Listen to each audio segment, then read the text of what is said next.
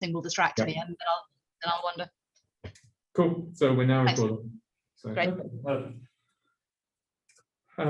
Yeah. So yeah, set is basically, you can do everywhere you see set. Basically, read it as a type.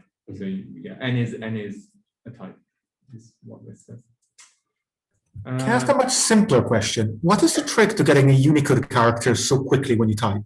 So it's a backslash with left, and then you have various keyboard shortcuts. So Blackboard N is BN. Ooh.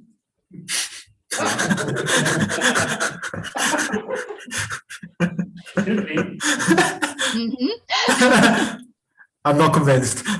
No. I have never seen that problem before. Literally, I have never seen that.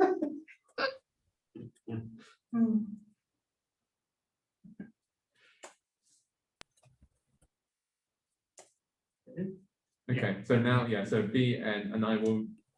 Wow. What? Amazing. It works. Oh, it works for me too. Given a certain Unicode character, how do you find out what the shortcut is? That is a very good question. I will post a link to, it's usually some variant of the LaTeX. Usually a good first guess is LaTeX. That's what I was trying, but then in the examples it had the dot minus, and I was typing dot minus, and then I literally realized you typed the symbol dot and then the symbol minus. Yeah. So I will send. A lot of these symbols have more than one key binding, one LaTeX, one and one. Like for instance, an arrow, right? Yeah, I was doing arrow. /2. But... Yes, /2 works, right arrow works, backslash dash greater than also works. So and for a lot of arrows, the sorts of ASCII equivalents are the simplest way to input them, unless you remember your LaTeX really well. So at the bottom of every chapter in this textbook, they give you the keyboard shortcuts for entering these characters.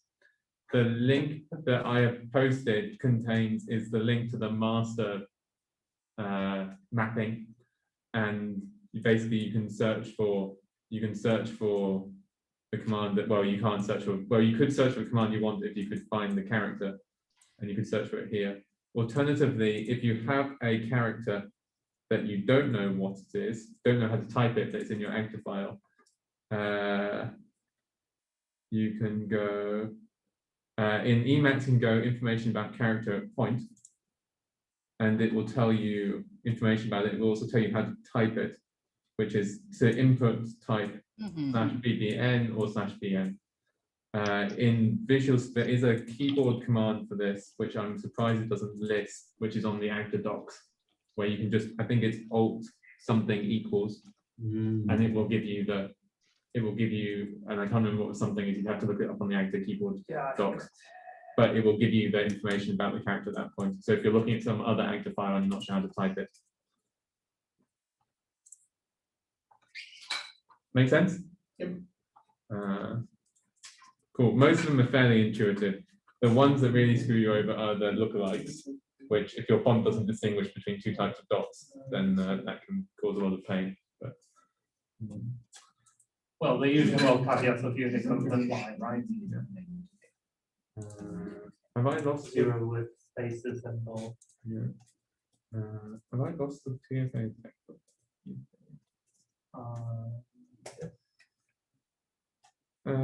Okay. Right. So, yes, the definition of natural numbers. And so 0 is a natural number and suck is a natural number. So if you want to write 2, then it would start off, you know, that 0 is a natural number, you know, and therefore suck of 0 is 1, and suck of 0 is going to be represented as 2. So you can build it up inductively.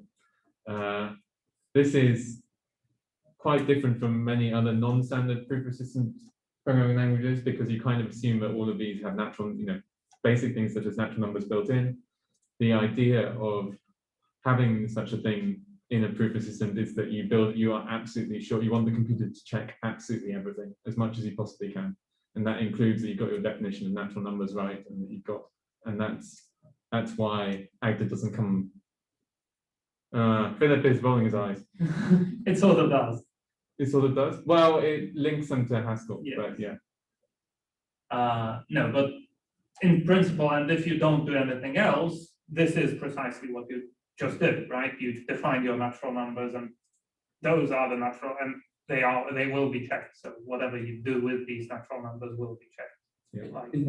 What's a simple example of some of the advantage gained by linking this definition, this inductive definition in Agda to Haskell's built-in Decimal numerals. Okay. So if you try and write the million, Yeah, in Agda, In unary notation, Yeah. it'll take a while. yeah, it's painful. but even if you can bind it, you can use the number syntax. You can write a million, right? But if it doesn't, but if you still treat, even if you could write a million in, and it would automatically translate, it sucks. The performance hit you'd come from Yeah, even yeah, I counting mean, by 2 it's would such be. a huge thing. For sure. So, and then this correspondence between these natural numbers in this type and the ones in the Haskell type, is this something that's verified and that we know is safe, or is this just kind of done? It has to be part of the trusted code base. I'm Yeah, pretty it sure. is part of the trusted code base. Otherwise, you'd need to verify parts of Agda implementation. Yeah. Like that's part of the Yeah. implementation. So then the computations that you can do on the like natural number type in Haskell, do they correspond, like do they correspond back to theorems in Agda about the natural numbers, or? That's a good question. I'm not sure. I would need to check Yeah. precisely. And again, this is something that is covered, I think, further on in the book, the sort of pragma that connects the natural numbers as we define them to the natural, to some built-in stuff. I don't know off the top of my head how much you can connect, like whether you can connect your definitions of arithmetic operations to the definitions in Haskell. You can. And if you can, then this means that you will be able to compute efficiently, even though your representation here is unary. That's fantastic. This is something that I've always wanted to be able to get my head around in theorem proving, is the connection between, you know, proving theorems and doing computations and knowing that those computations are fine. And if this is one of the this one of part the would not appealing be features verified, about it. right? So the translation, yes. Well, The translation. it depends, right? Yeah. Yeah. What you can do, if you want it to be verified, is to define the binary version of your naturals and show the correspondence in a verified way, actually prove the correspondence, and then do it. And we do have that in the standard library. We have a So the binary standard library representation. And the binary ones are- you always have the binary representation. It's not going to be quite as efficient as the native Haskell representation, just as overheads from Agda, but Yeah, but at least it's it is you know, logarithmic time. exponentially faster, right? Okay. So, yeah. Yes, so the answer is you can, so the binding it to Haskell is a cheap and dirty way of getting good performance. Yes. If you want to principle, you define binary notation in Agda. Proven equivalence. Excellent. All right. I think the book actually goes into how to define the binary ones and the exercises. Well, Yeah, that's they do. one way to do it. I mean, It's not necessarily the it's not the way. good way or the right way. Yes, I think, yes, there is an exercise for that. So it then starts talking about inference rules, about you know, when you're trying to construct an Agda term, it tells you what you have available in your context and what the thing that you're trying to generate is.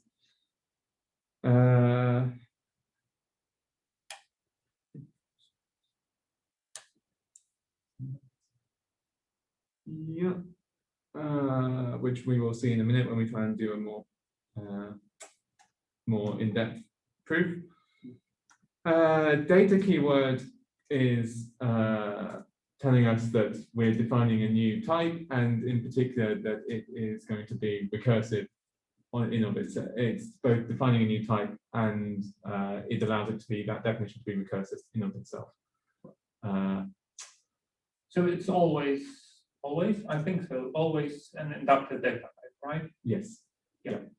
So you can define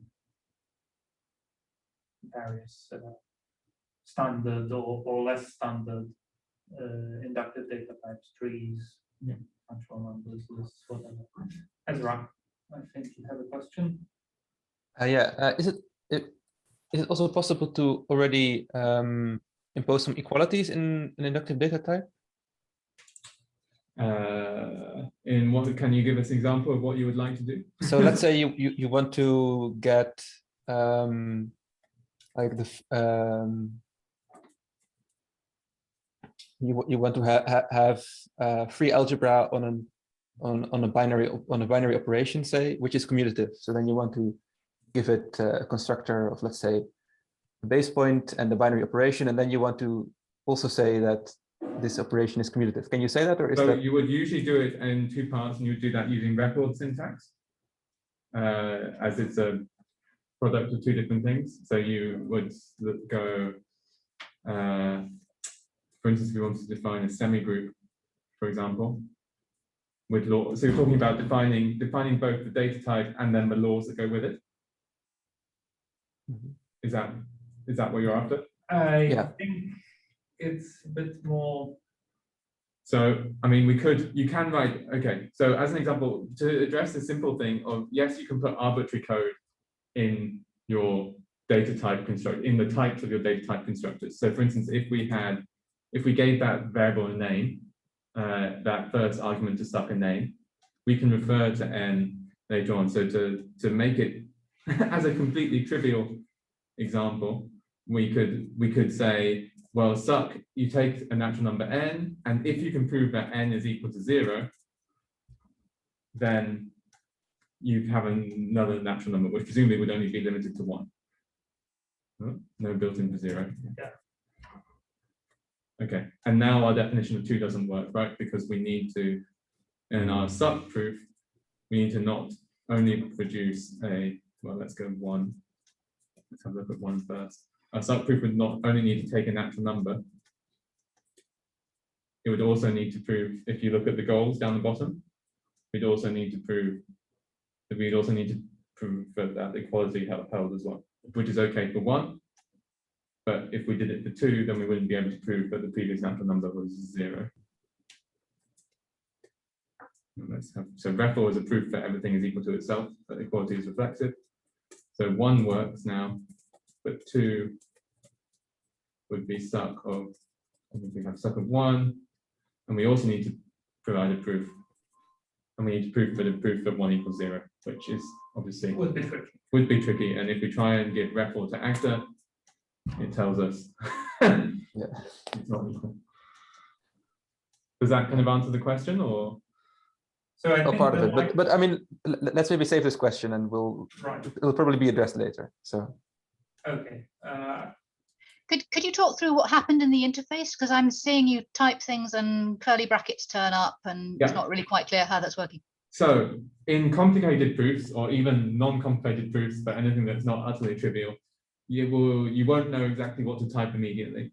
So you can you can enter a question mark instead, and then if you try and type check it using the standard command Control-C, Control-L. Yeah, let's fix this definition. It will generate, it will generate something that people refer to as a hole. And the hole it's a hole in your program. You don't know what's lives there yet. It's numbered. So at the bottom in the interface at the bottom, it will tell you all your empty holes that you haven't filled, and it will give you the type. Yeah, so they are typed. So you know what you want to plug there, and you know your assumptions that you can use there. So at the it gives you, by default, it gives you the list of all the holes. If you go into the hole, there's various special commands. So if you type what you think might want to be, what you might want to fill the hole with, you can see, so let's try something that doesn't work first. Let's put just a suck in it. you can press Control-C, Control-Space, and that will say, try filling the hole with this thing. And it will either work or it won't work. So if you press Control-Space, and if it does type check, then it'll fulfill it. You can also use it to refine. So if you put another expression with another question mark in, and you try and give it, and that's a valid refinement of what you need to give in the hole, then it will fill in the next question mark for you.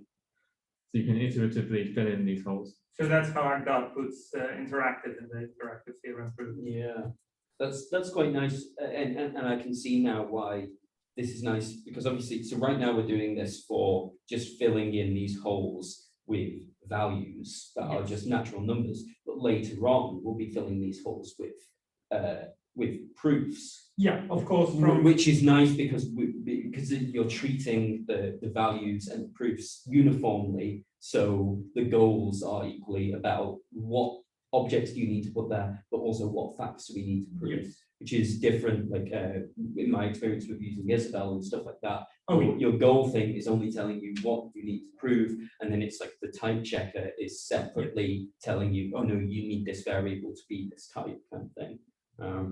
So both Agda and Coq are much more like that in the sense that there's more, right? Yes. Yeah. So basically, in particular, Agda, it really doesn't care whether it's a value or a proof, right? The proof is just a value of a very particular type, right? Or a type for which you have a very particular understanding, sort of outside of the theory, right? You think that the equality is like that the proofs of equality are proofs rather than values, but and in Coq there is some distinction. In Agda there is very little distinction.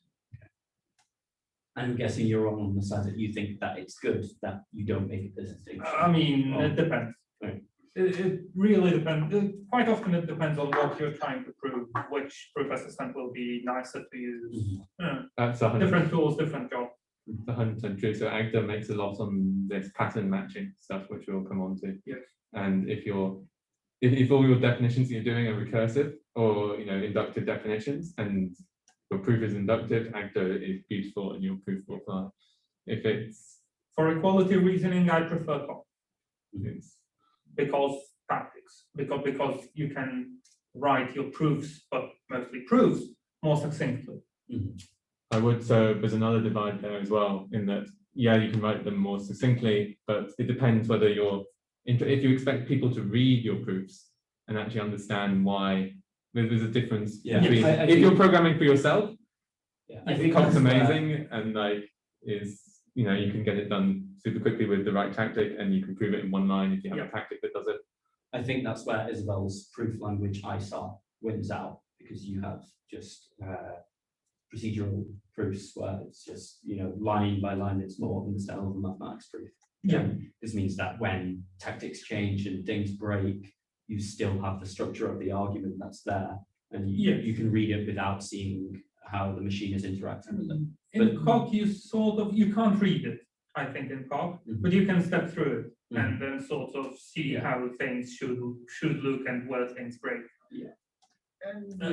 Let's not get into these debates now. Depends on how you're writing it. You can write a readable proof. Anyway, so this is really nice. I really enjoy programming with holes. I would prefer more programming languages to have that sort of feature. It's a very nice feature. Has anybody tried implementing this stuff in Haskell? So because you often find yourself doing this same kind of, what needs to go here, what needs to go here, and I imagine, if you can do it in Active, surely you can do it in Haskell. So Haskell's underscore is a bit like that, right? In that it gives you the type, you can put an underscore, you say, I don't know what goes here. It will give you the type of the hole that you expect to fill. What it doesn't do is it doesn't give you the ability to interact with it. Yes. So it doesn't give you the ability to refine it or give something there. You have to manually. It's difficult to sort of backport it into a language, right? Particularly, it's like doesn't interact very well with type inference. So in Agda, your type system is so expressive that you give up a lot of inference sort of from the beginning. And so, you know, it's always a bit of a give and take, right? You have less inference powers, but then you can write a system that allows for those. But then again, you have to write a large part of the type checker with that in mind.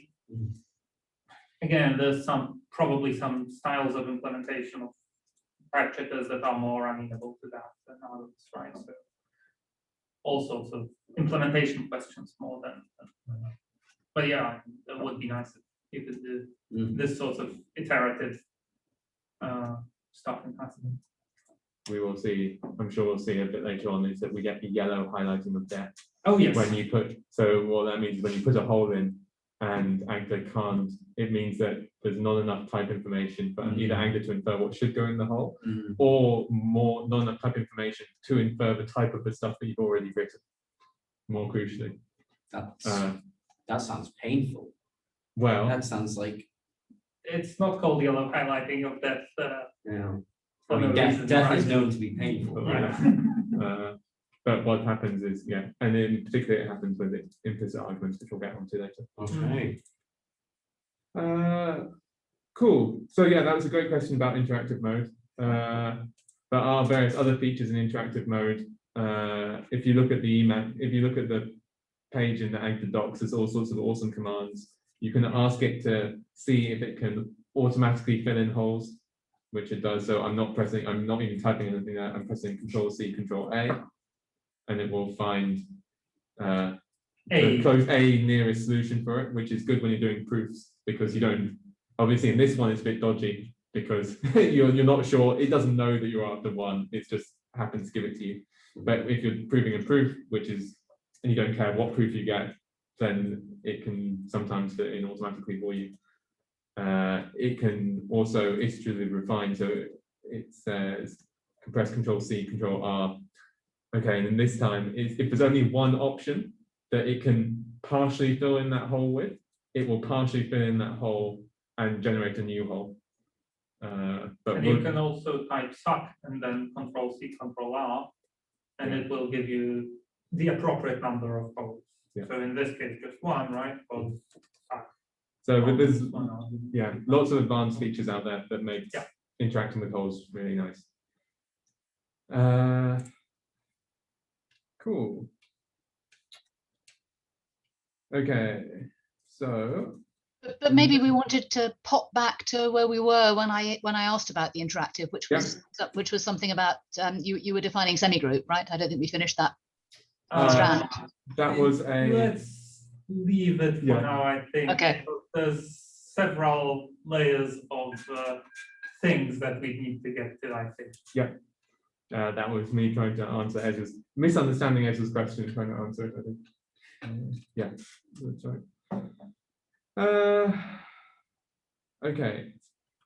So it then talks about induction and well-founded induction with base cases, and the fact that because we have a zero base case, then, and it talks about, iteratively defining all the natural numbers and why it's valid to do so, even though we've apparently defined the type in terms of itself.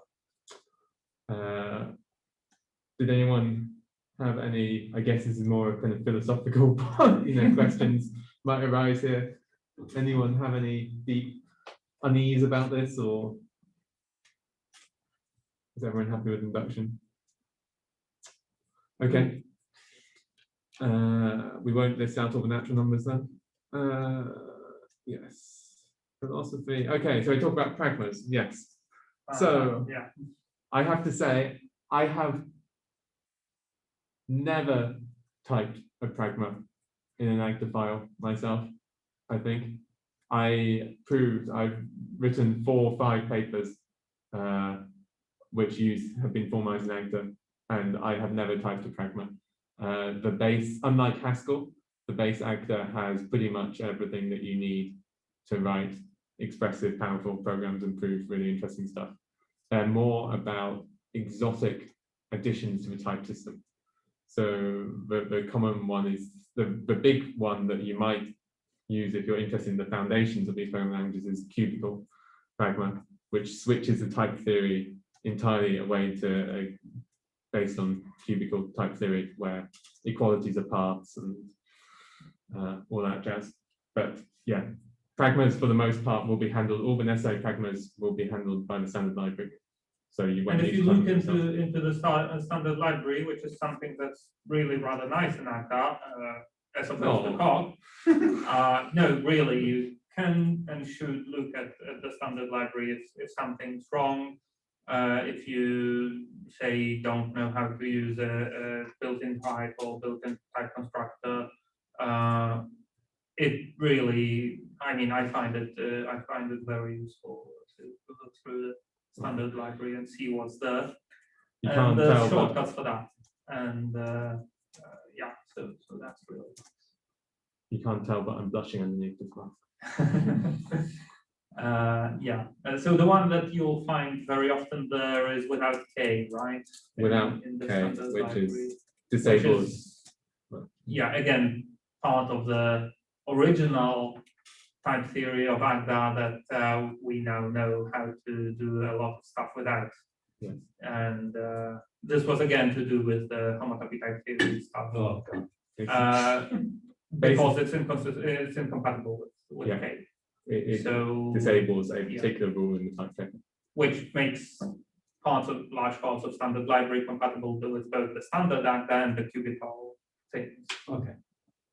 But you know, it's not something that we really need to worry about. No, I'm happy ignoring pragmas for now. Yeah. So yeah, so the built-in simply matches up. It says that okay, naturals correspond to naturals in Haskell, and therefore we can write 0 now that we have this instead of 1. So we don't have to write everything out in sucks.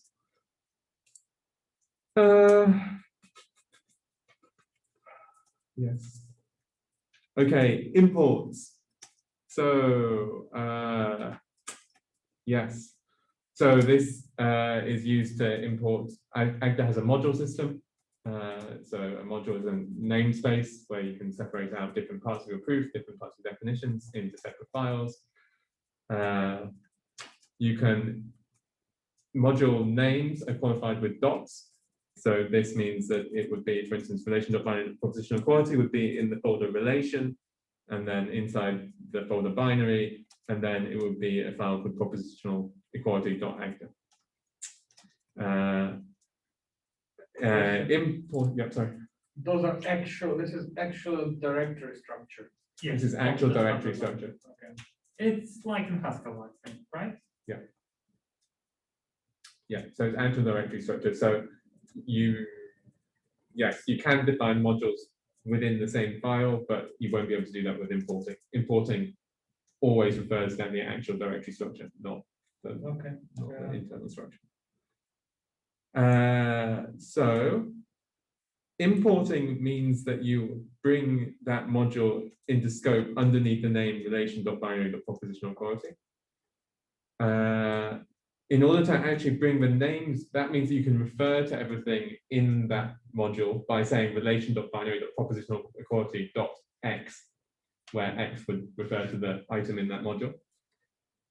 If you want to give that module a shorter name, you can use the as syntax, which gives it a shorter name, so you can then say x.x instead. If you just want to bring in all the, as is usually the case, if you just want to bring in all the names in top level namespace without qualifying, without saying which module they were from, you can then say open. And in fact, you can combine these 2 lines. So you can say, I've written here, I've said open import. So you import it and then you open it immediately. You can choose which things. So if I did this, that would bring in everything from that module. If I have a using import, then that just brings in just those. If you have instead of using, there's a hiding import, and that brings in everything except what you're. So That's useful. That's useful. No, hiding ref will be useful. No, yes. Equality. Well, you should say that, but actually I write hiding REFL actually quite a lot, because often you have some other notion of equality in your file that you don't want.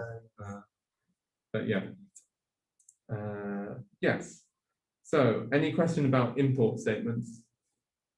I have a question about this, like equals with the left bracket and the right bracket afterwards. It was annoying when I was writing this through because I was like equiv, langle, wrangle, and then new line. And is there a quick way to write that, or is it something that just isn't used other than in these like very early stages? So you can indeed, you can write wrangle. Yeah, it's really hard. Okay, you don't have to do that. Okay. So good. what you can do is write slash, and then you can write slash and then hit just left parens. Yeah. And then it's going to give you, if you look down the bottom here, it gives you a list of all the different parens. That's nice. Type of parens you can have. And in particular, okay. And in particular, you can scroll through them and choose which one you want, and it will remember that choice. So whenever you type left parens, I have actually misled you because it's not left parens to type langle. It's left and then left. Langle and wrangle also work On the but, keyboard. less than and greater than. Less than or greater than single. Yes. And equal gives you the equiv. I was doing the quiv. Yeah. LaTeX. Equal gives you a quiv. Yes. That's something I've been programming in Agda for 5 years, and I had never knew that. I have been typing slash equiv. We're all that learning time. here. Yeah, we're That's all good. learning. Okay. Yes, so it was usually for all the common ones that you would ever, anything, you have to go into super obscure ones to get things that are less than 2 or 3 keystrokes away. Cool, thank you. And yeah, there's So ability in to. particular, all the Greek letters have special prefix. Yeah.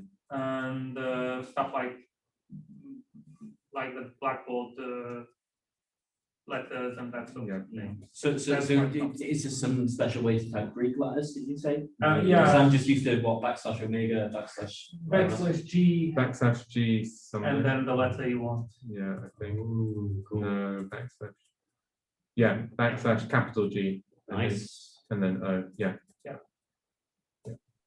Yeah, I've been doing lots of proofs about ordinals in Isabel lately, so I've been typing using beta. I'm typing beta alpha every time, so this would be nicer. But the Agda input mode for Emacs. If you're using Emacs, then the Agda input mode is really nice. It works with VS Code as well. yeah, and I've been able to. It's been doing it on active as well.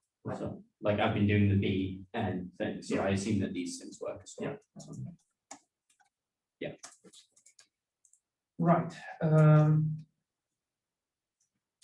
Okay. Yes. Do we want to go into infix, misfix? Yeah, maybe. Yeah. So a really common mistake that I spent far too long making was that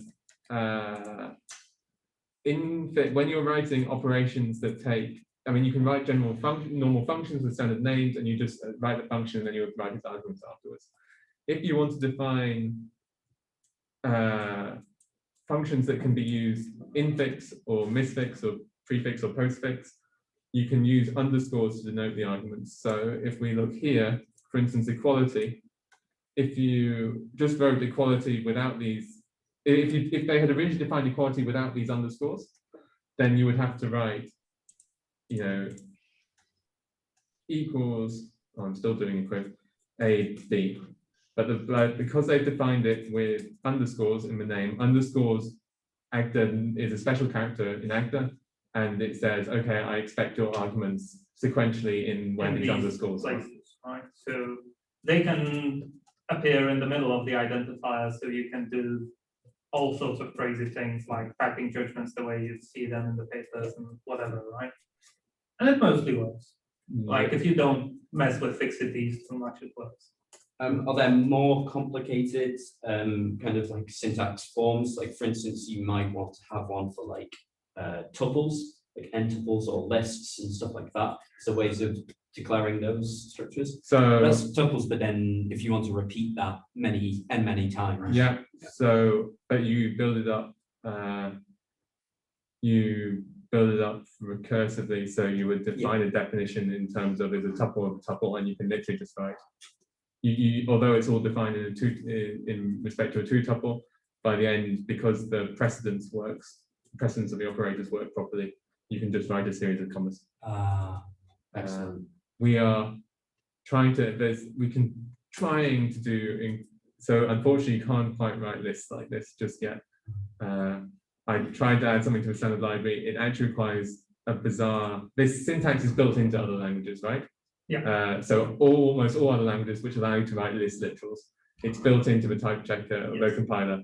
In Agda, you can almost do it natively, and you can come up with the syntax just from base definitions. But it's one small bug, well, not bug, but like suboptimality in the type checker that stops it from inferring the type all the time. We're hoping to get it fixed in the next release of Agda.